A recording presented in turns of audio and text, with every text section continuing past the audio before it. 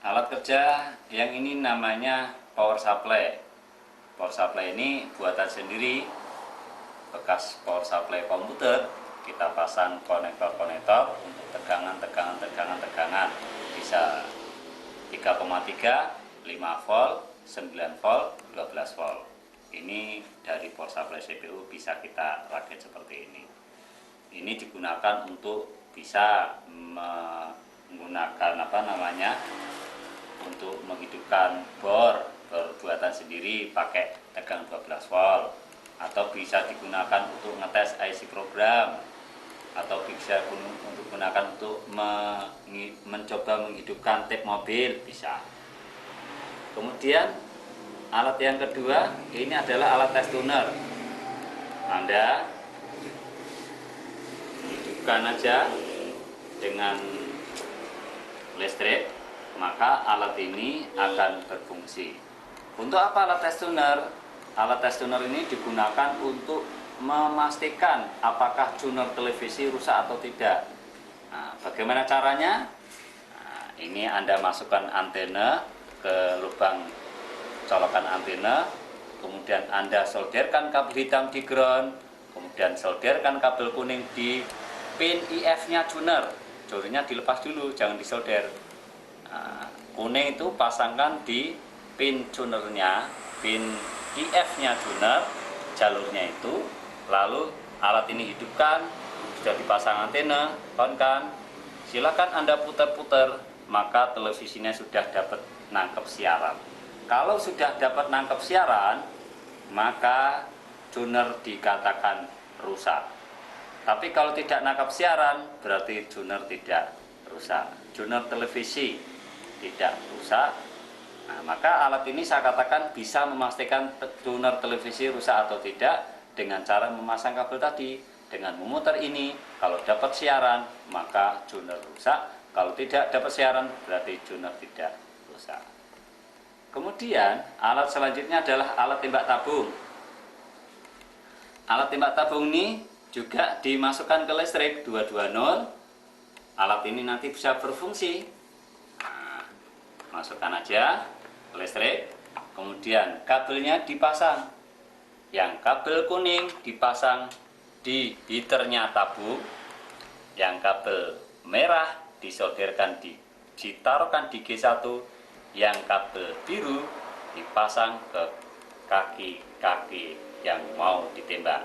Misalkan katode red menembak warna merah, maka pasang aja di katode red, hidupkan alatnya, kemudian taruh heater posisi yang paling rendah. Nah, paling rendah. Kemudian kalau di agak kanan dia agak terang dikit, heaternya agak terang dikit, terang banget. Sebenarnya pilihan ini kalau sudah tabungnya lemah. Kalau tabung masih standar ya paling rendah aja tegangannya 5 volt.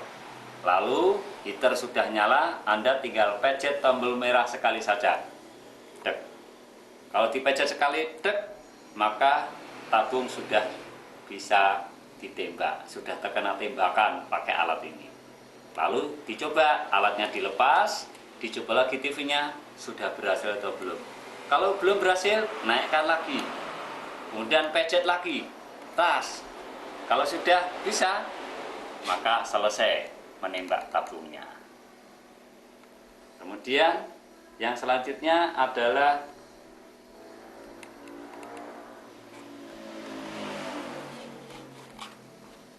bohlam. Bohlam ini disediakan menggunakan 3 lampu. Satu lampunya, 3 lampu. Nah, 3 lampu ini 1, 2, 3. Ukurannya 100 watt. Dipasang paralel.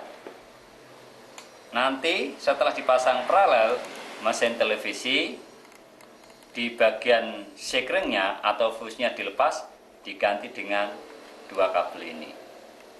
Jadi lampu bohlam ini pengganti sekring, pengganti fuse. Televisi dihidupkan.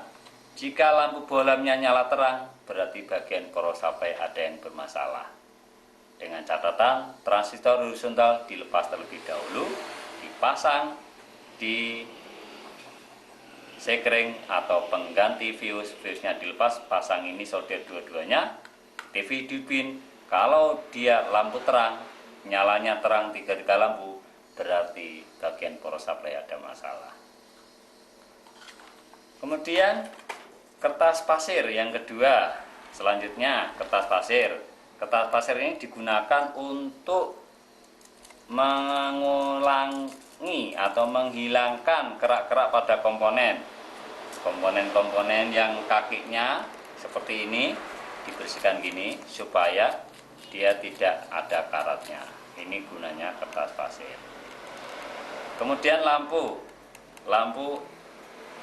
untuk memperbesar. Di sini ada lampunya, lampu neonnya. Nah, kemudian lampu neon ini kita pakai untuk melihat memperbesar.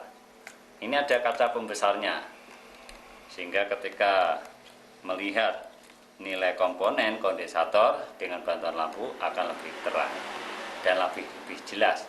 Bagi para pemula yang tidak kelihatan mesin jalur, gunakanlah lampu pembesar atau lampu duduk yang bisa digunakan untuk melihat barang-barang yang kecil.